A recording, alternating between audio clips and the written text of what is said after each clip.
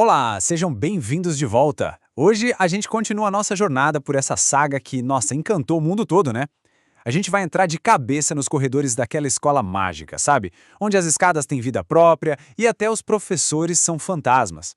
E lá no fundo, nas masmorras bem frias, a gente vai conhecer uma figura que, olha, é simplesmente inesquecível: o mestre das poções. Então, desde o primeiríssimo dia, a fama do Harry Potter já ia na frente dele. Era uma coisa impressionante. Para onde ele ia, os sussurros seguiam, quase como uma sombra. Os alunos se amontoavam, sabe, esticando o pescoço tentando dar uma espiadinha no tal menino que sobreviveu. Imagina só, como é que ele ia se concentrar para achar a sala de aula certa quando tudo que o pessoal queria ver era aquela cicatriz na testa dele? E olha, não era só essa fama toda que ele não pediu, não. O Harry ainda precisava aprender a andar pelo verdadeiro caos que era Hogwarts. Então, vamos mergulhar de cabeça nesse mundo maluco, um lugar que simplesmente não para quieto, cheio de segredos e até uns perigos escondidos em cada canto. Andar por Hogwarts, nossa, era um desafio todo santo dia. Pensa só nisso, 142 escadarias. E não eram escadas normais, não. Algumas simplesmente mudavam de lugar nas sextas-feiras. Tinha porta que só abria se a pessoa pedisse por favor, e outras que, na verdade, eram só paredes fingindo ser portas, e como se não bastasse, ainda tinha o pirraça, o poltergeist, que estava sempre, mas sempre pronto para aprontar alguma. Era cisto de lixo voando na cabeça de alguém, ou ele aparecendo do nada e puxando o nariz de um aluno gritando "Peguei seu narigano!". Uma loucura.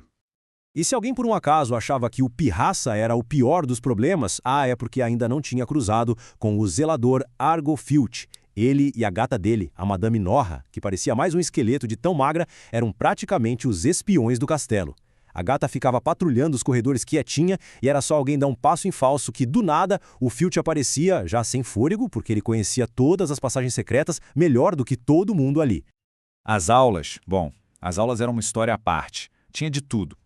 A mais chata de todas, sem a menor sombra de dúvida, era a história da magia.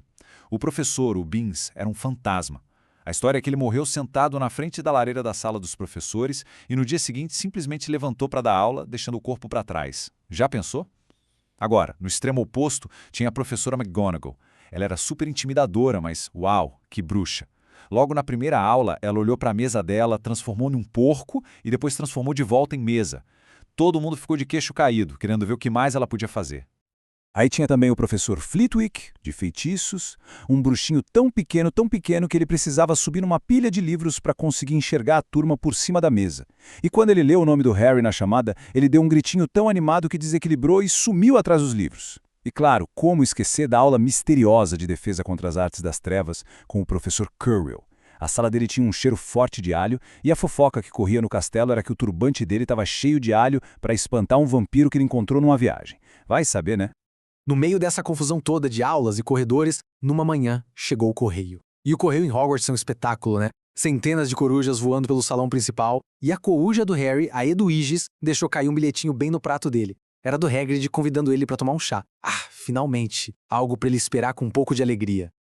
Só que, antes desse chá com o Hagrid, o Harry teve que passar pelo que até aquele momento foi a pior experiência dele em Hogwarts, a aula de poções. O lugar já dava um arrepio. A aula de poções era lá embaixo, nas masmorras, um lugar que era frio de doer os ossos. E nas paredes, cheias de prateleiras, tinha um monte de frascos de vidro com animais em conserva, sabe, boiando em líquidos coloridos.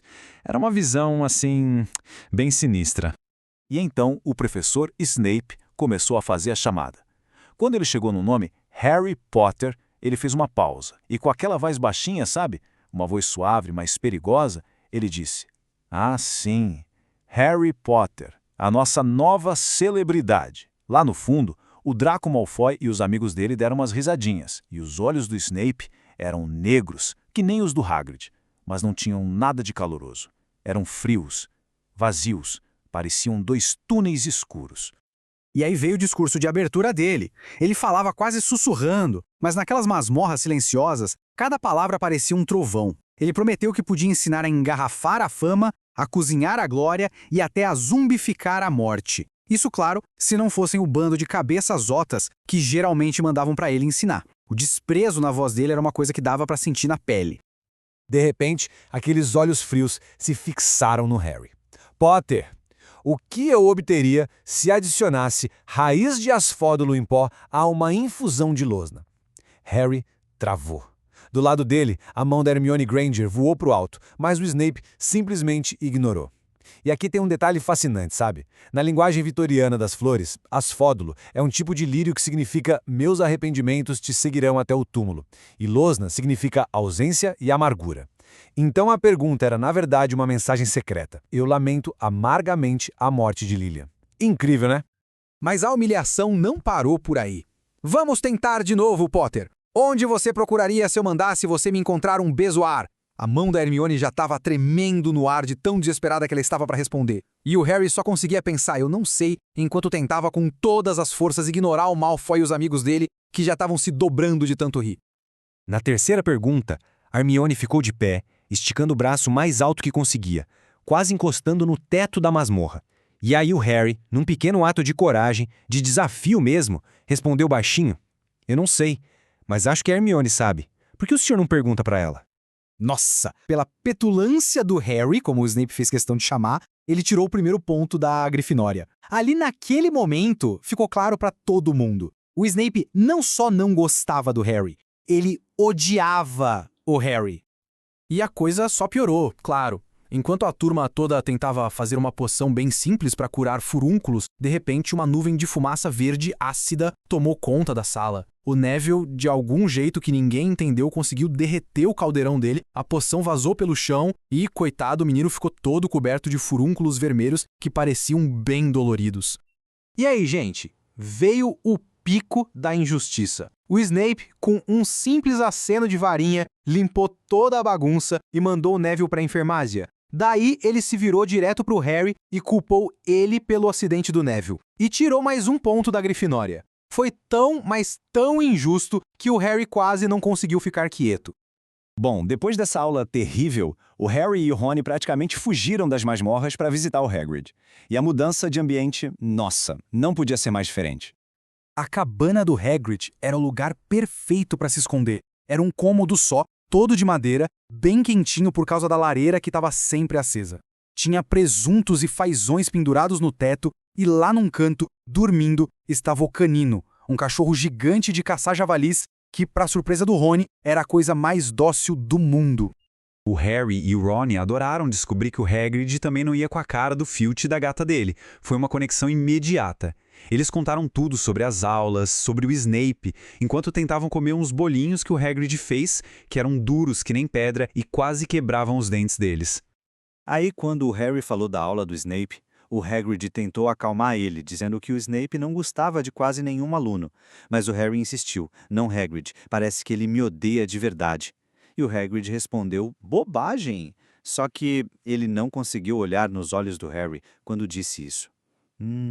Ele com certeza estava escondendo alguma coisa. Só que aquela visita ao Hagrid ia revelar muito mais do que só um segredo sobre o Snape. Um pedacinho de jornal, esquecido ali em cima da mesa, estava prestes a conectar todas as pontas. Enquanto Rony não parava de falar, o Harry, meio distraído, pegou aquele recorte de jornal. Era do Profeta Diário e falava sobre uma invasão no Banco Gringotts. O Harry lembrou que o Rony tinha falado disso no trem, mas o que fez ele parar tudo foi a data, 31 de julho, o aniversário dele. E aí, tudo começou a fazer sentido. A matéria do jornal dizia que o cofre que tentaram roubar tinha sido esvaziado mais cedo, naquele mesmo dia. Na hora, o Harry lembrou. Ele e o Hagrid no cofre 713 e o Hagrid pegando aquele pacotinho todo sujo e misterioso. Será que era aquilo que os ladrões queriam? Quando eles voltaram para o castelo, a cabeça do Harry estava a mil. A aula de poções tinha sido um pesadelo, é verdade, mas a visita ao Hagrid deu a ele muito, mas muito mais coisa para pensar. O que será que tinha naquele pacote de Gringotts? E qual era o motivo real para o Snape odiar tanto ele? O mistério em Hogwarts, minha gente, estava só começando.